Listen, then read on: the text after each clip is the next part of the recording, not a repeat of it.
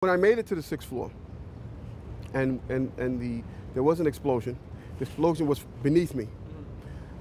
Keep in mind now, it's pitch black in there. All the lights went out. So when the explosion happened, it blew us back. I'm thinking I'm standing on the landing. I'm actually holding on to a pole above us. Really? And I had to climb back up. Key witness to WTC 7 explosions, dead at age 53. Ira Hayes. Emergency coordinator, a 9/11 witness, Barry Jennings, has passed away with controversy about WTC 7 still hot, as the BBC hit piece and NIST report have been released to counter Jennings' exclusive testimony on explosions inside Building 7. Now, we interviewed him for Loose Change Final Cut. He then, word got out about it. He begged us, saying he'd been threatened, saying his pension had been threatened, his job had been threatened, and other threats. Wouldn't specify what those were if he didn't shut up.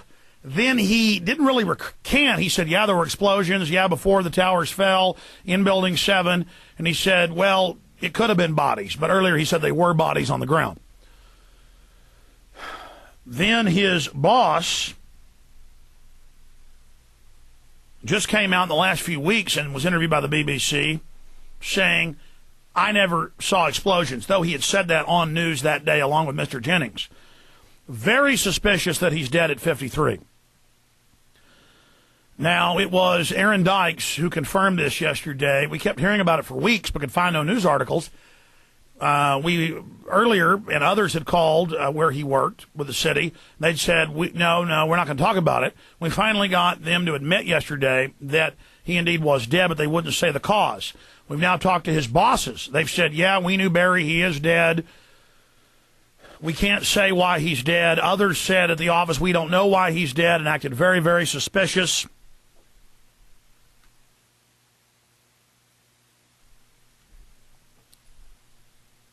So we're going to be breaking this down in the next 45 minutes or so with Aaron Dykes and Jason Burmis. The problem is, see, he's credible because he was the deputy emergency manager of that area. So that's why they had to get rid of him. And I have no doubt they killed him. And there's a 95% chance, especially now they're being very secretive. Barry Jennings, a key 9/11 eyewitness who was an emergency coordinator for the New York Housing Authority, has passed away at age 53 from circumstances not yet disclosed. And this is almost a month later, folks. Very suspicious. Kind of like it was very hard to find out that Dr. Ivins with the anthrax, who they now admit was a patsy, was killed inside government facilities.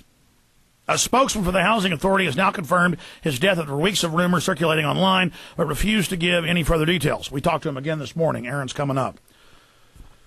The office has not yet been able to contact anyone in the Jennings family, and the official cause of death is not yet known, but online reports have reported the date of the death as August 19th, 2008. Since yesterday, we have confirmed with his office the date is the 19th. In a very unusual, it is very unusual that a prominent, controversial 9/11 witness would die only days before the release of the NIST report. See, people say, well, why 7 years later was he killed? This was all coming out. There was talk of subpoenaing him, that they're about to probably get enough signatures to have it on the ballot for a New York investigation of 9/11. Talk of calling him before a grand jury. It is very unusual that a prominent, controversial 9/11 witness would die only days before the release of NIST report on WTC 7, and shortly after a firestorm erupted over the testimony that he had heard explosions inside the building prior to the collapse of either tower, and that they were dead bodies in the building blown out of the lobby.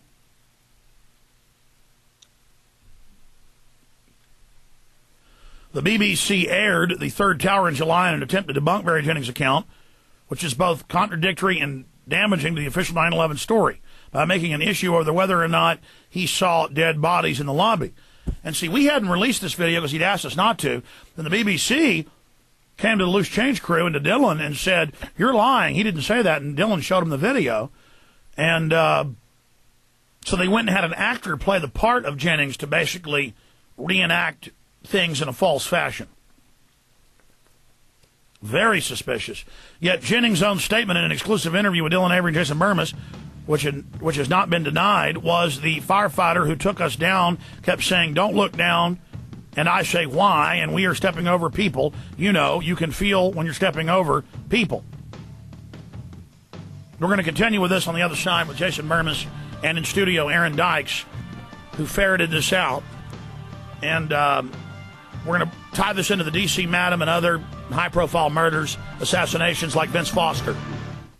Giuliani says, yeah, we were told to get out of Building 7 that day before either tower fell. And we had a terror attack drill with FEMA set up the night before, so we'd already moved out of the building the night before in Tripod 2.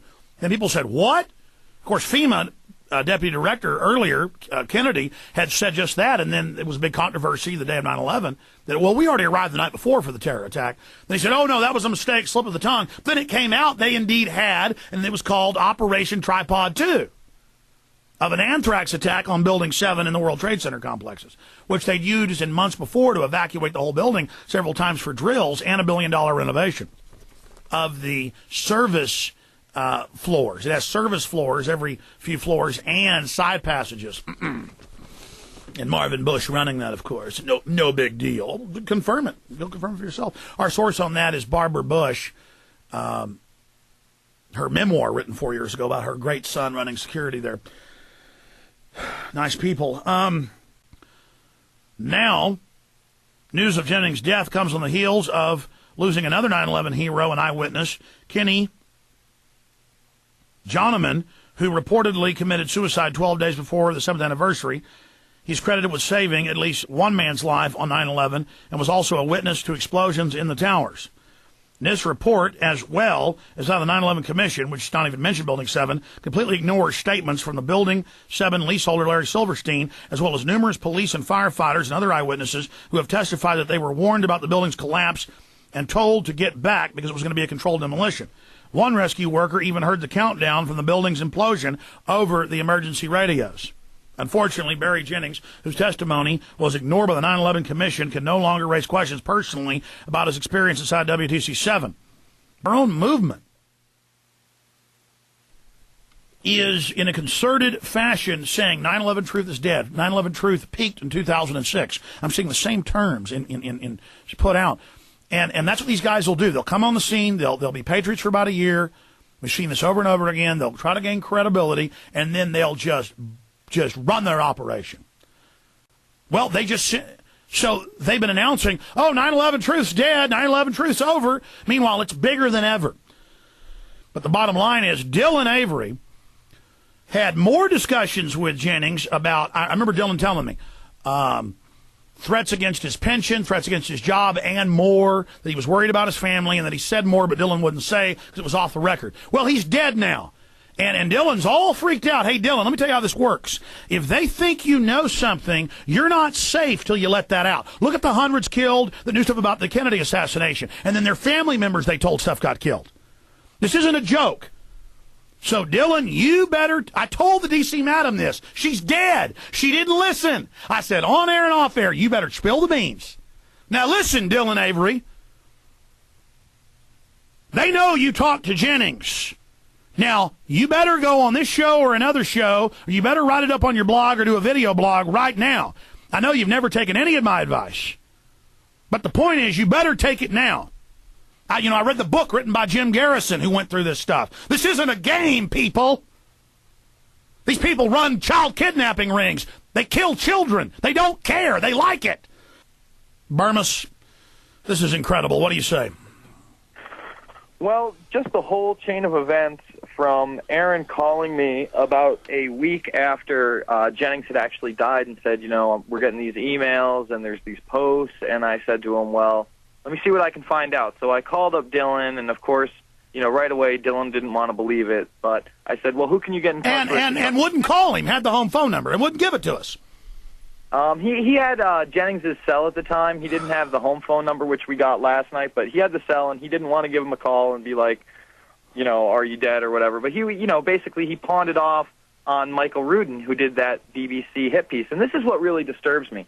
Now, Rudin probably had more contact information than anybody on Jennings. He had a sit-down interview with him on the BBC, obviously had his cell number, obviously knew where he worked. And Dylan contacted him that day, and Rudin said he would look into it. Now, I was down at Ground Zero on 9/11, and I ran into Dylan, and Dylan said, I just ran into Rudin again. So, again, me and Dylan meet up on 9/11 in New York City, and he says, I just happened to cross Michael Rudin, and I asked him about Barry, and he said he still hadn't come up with anything. Now, this is a BBC journalist, again, who has all of this man's contact information. 3 weeks almost after his death. Yeah, this is huge. 3 weeks after his death.